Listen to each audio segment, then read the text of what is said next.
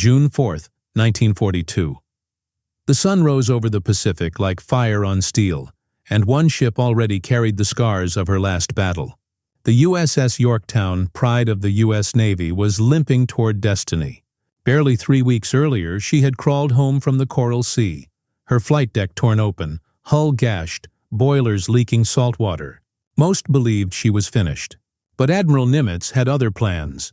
He ordered her ready for sea in 72 hours. An impossible demand that would define the Navy's determination.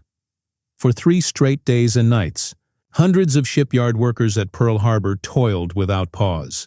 Welding sparks replaced starlight. Food was forgotten. Men slept in their boots on steel floors. They patched her decks with fresh plates, welded seams in the dark, and prayed the ocean would forgive their haste. When the work was done, the Yorktown wasn't whole. She was held together by courage and luck. Yet on June 1st, she sailed again, limping east toward Midway, carrying a crew who knew she was going to war still bleeding from the last one. Midway itself was a speck in the ocean, but it was everything. Whoever held it would control the Pacific's center. For Japan, it was the doorway to Hawaii. For America, it was the last wall before home. The Japanese sent 4 carriers, each loaded with veteran pilots, the same men who had bombed Pearl Harbor. Against them, the U.S. could field only 3: Enterprise, Hornet, and the battered Yorktown. The odds looked cruel. But inside that imbalance waited something Japan hadn't expected: broken steel wrapped around an unbroken will. As the Yorktown steamed toward the horizon, Captain Elliot Buckmaster walked her decks in silence. The crew worked quietly, their routines practiced but slower, every sound of groaning metal a reminder that their ship was fighting her own private war just to stay afloat. Below decks, engineers kept pumps running non-stop to hold back the ocean pressing against every plate. Above, pilots went through checklists, knowing they might not have a deck to return to. On the morning of June 4th, aircraft engines coughed to life. Pilots climbed into dauntless dive bombers and Wildcat fighters, the rising sun painting their canopies gold. They weren't chasing glory. They were fulfilling a duty they'd already accepted might cost them everything. The Yorktown wasn't sailing to survive. She was sailing to matter. And by the time this day ended, she would. The morning of June 4th broke clear and cruel. At 4:30 hours, a lookout on the Yorktown spotted a thin streak of light on the horizon. The sun climbing behind a sea that looked too calm for what was coming. In the ready rooms below deck, pilots sat in silence, checking harness straps, folding letters, whispering prayers they'd never admit to saying. Above them, mechanics moved between aircraft with wrenches and fuel hoses, the smell of aviation gas heavy in the air. Somewhere deep in the ship, a man played a few notes on a harmonica, soft and nervous. It was the sound of courage pretending not to be afraid. By dawn, word spread across the fleet. Japanese carriers were closing in on Midway. The enemy came with overwhelming force: Akagi, Kaga, Soryu, and Hiryu, 4 floating cities of death, each filled with the pilots who had struck Pearl Harbor 6 months earlier. Their mission was simple: crush the U.S. carriers and clear the road to Hawaii. But what the Japanese didn't know was that the Americans were already waiting. The cryptographers at Station Hypo had broken their codes. Nimitz knew the time, place, and direction of the attack. As the order came down, Yorktown's flight deck roared to life. 50-ton planes, armed and fueled, rolled toward the edge of the world. One by one they leapt into the air, climbing through clouds toward an enemy they couldn't see. For the men below, the deck grew quiet again, empty except for fuel stains, and the echo of engines fading into the distance.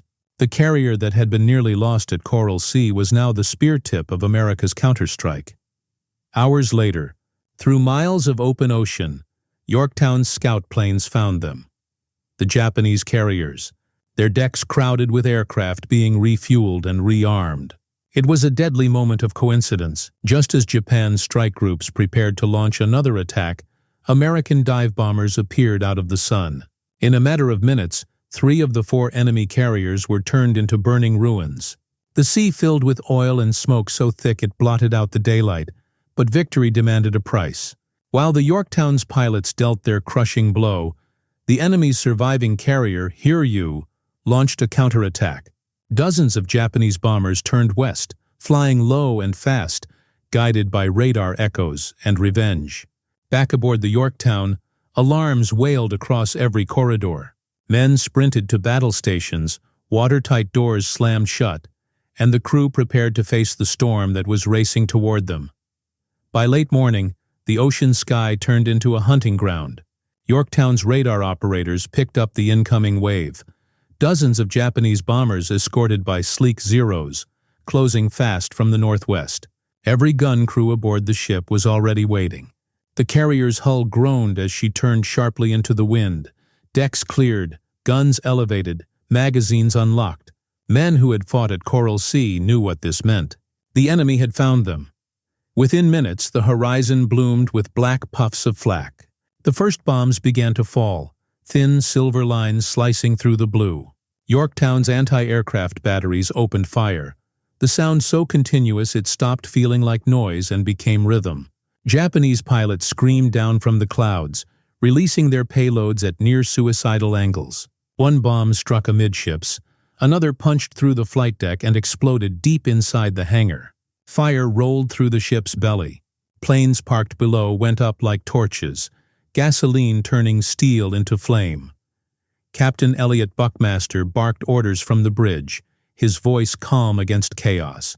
Damage control parties rushed into the inferno with hoses and extinguishers, some without masks, their lungs filling with smoke. The ship listed, fire spread, but no one ran.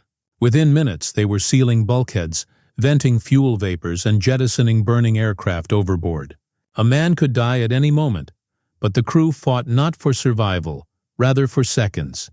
Seconds to keep the Yorktown alive long enough to matter. Then the engines steadied. The fires began to die. The listing slowed. The impossible had happened. The Yorktown was still moving. Sailors cheered through soot-covered faces, the ship regaining balance as pumps forced water from her wounded hull.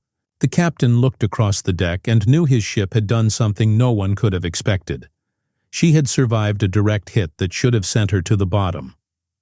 By early afternoon, the smoke thinned, revealing a scarred but breathing carrier. Crewmen worked in silence, hauling bodies from wreckage and patching holes with anything that could float. The smell of fuel mixed with salt and blood, but morale burned brighter than the fires ever had. Yorktown's flight deck crews even began preparing to recover returning aircraft. Against logic, against gravity, the ship was ready to fight again. But fate had other plans. As damage control checked the last compartments, radar operators saw another echo forming on the edge of their screens. Another Japanese wave, this one heavier and lower. The first attack had failed to finish the job. The second one was coming to make sure the Yorktown finally stayed down. The afternoon sun glared down on the Pacific, turning the water into a mirror that blinded gunners and pilots alike. The Yorktown's crew barely had time to breathe before radar screens flickered again. Another incoming wave. This time, the Japanese came in low, flying tight and fast, a torpedo squadron from the carrier Hiryu, determined to finish what the first attack had failed to do. The ship's sirens screamed across every deck.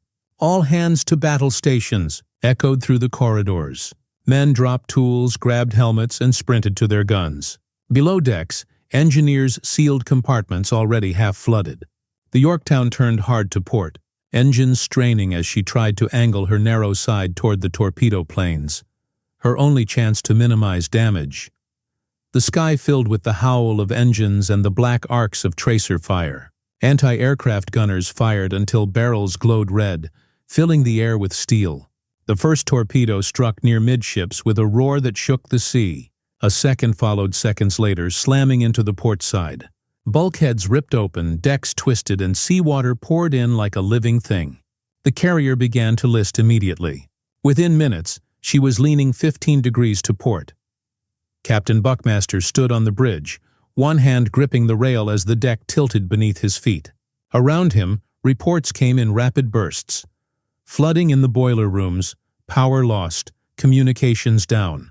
Damage control tried to fight, but this time the ocean was stronger. Pumps failed, generators drowned, and the ship's heart began to die. Buckmaster hesitated for only a moment before giving the words that froze every man in his place. Abandon ship. Some refused to move at first. Sailors looked around at the carrier that had been home, her steel bones shaking but unbroken in spirit. Others moved toward the rails silently, climbing down ropes into an ocean streaked with oil and debris. The water burned in places, and men swam through patches of fire, clutching life rafts and one another. Above them, the Yorktown's great island structure leaned further with every passing minute.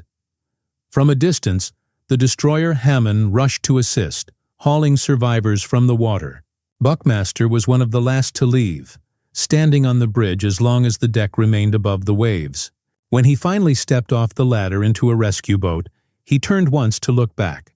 His ship was crippled, dying, but still floating, stubborn as ever, her flag still flying straight in the wind.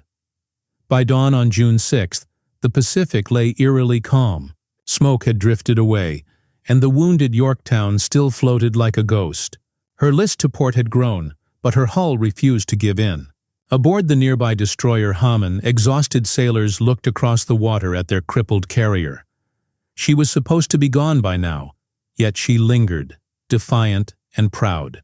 To the men watching, it felt like she was waiting for permission to die. Admiral Fletcher believed she could still be saved. Salvage crews returned cautiously to the drifting ship, boarding through gaping holes and flooded compartments. They began pumping out water, patching bulkheads, and preparing tow lines. The destroyer Hammond pulled alongside, engines humming as hoses and cables stretched between the two ships. The plan was simple: stabilize Yorktown, tow her east toward Pearl Harbor, and rebuild her once again. All morning, men worked in silence. The sea was gentle, the sky bright, almost mocking the destruction around them. Divers went below to inspect damage. Pumps began to make progress. Hope, fragile and foolish, returned. For the first time since the battle, it seemed possible that the Yorktown might survive her wounds once again. But beneath the waves, another predator was watching. The Japanese submarine I-168 had been stalking the scene since dawn, slipping unseen through the oil-stained water. Its commander, Lieutenant Commander Yahachi Tanabe, spotted the crippled carrier and her escort ships and prepared to strike. At 1:35 p.m., 4 torpedoes hissed from its tubes, carving white trails through the blue. One struck the Hammond dead center. The destroyer split in two and sank within minutes, her depth charges detonating underwater as she went down, killing dozens of men in the water. Another torpedo smashed into the Yorktown's already broken hull, reopening wounds the crew had fought for 2 days to close. The impact rocked the carrier from bow to stern. Water surged through open seams, and the slow death resumed. Rescue ships moved in, plucking survivors from the sea, but everyone knew it was over now. Pumps were useless, cables snapped, and the ocean began its patient work. For another 24 hours, the Yorktown drifted quietly. The last American carrier damaged at Midway now fading beneath a sky cleared by her own sacrifice. At dawn on June 7th, the sea finally claimed her. She rolled gently onto her port side, her flag still raised, then slipped beneath the surface without a sound. The waves closed over her, leaving only an oil slick and floating wreckage to mark where courage had gone down fighting. When the waves finally swallowed the Yorktown, the ocean fell silent. But across the Pacific, her echo had already changed everything. The Battle of Midway was over, and in just 4 days, Japan's carrier strength, the pride of its navy, had been cut in half. Akagi, Kaga, Soryu, and Hiryu lay beneath the same waters that now held the Yorktown. It was a trade the United States would take 100 times over. The Japanese had lost 4 carriers, hundreds of pilots, and the irreplaceable experience that had carried them from Pearl Harbor to the edge of victory. For the Americans, Midway was more than a battle. It was proof that courage could buy time, that sacrifice could reshape strategy, and that even a crippled ship could change the course of a war. The Yorktown had entered the fight half-repaired, her systems barely holding together, her engines coughing smoke, and yet it was her planes, launched from that battered deck, that helped destroy 3 enemy carriers before she went down. Her crew had given everything, and in doing so, had broken Japan's momentum forever. When Admiral Nimitz received the report confirming Yorktown's loss, he didn't issue a lament. He simply said, "The Yorktown was worth her weight in gold." In naval terms, that was no metaphor. It was arithmetic. For one lost ship, the United States had crippled an empire's advance. Historians would later call Midway the turning point of the Pacific War. But for the men who fought it, it was simpler. A story of duty paid in full.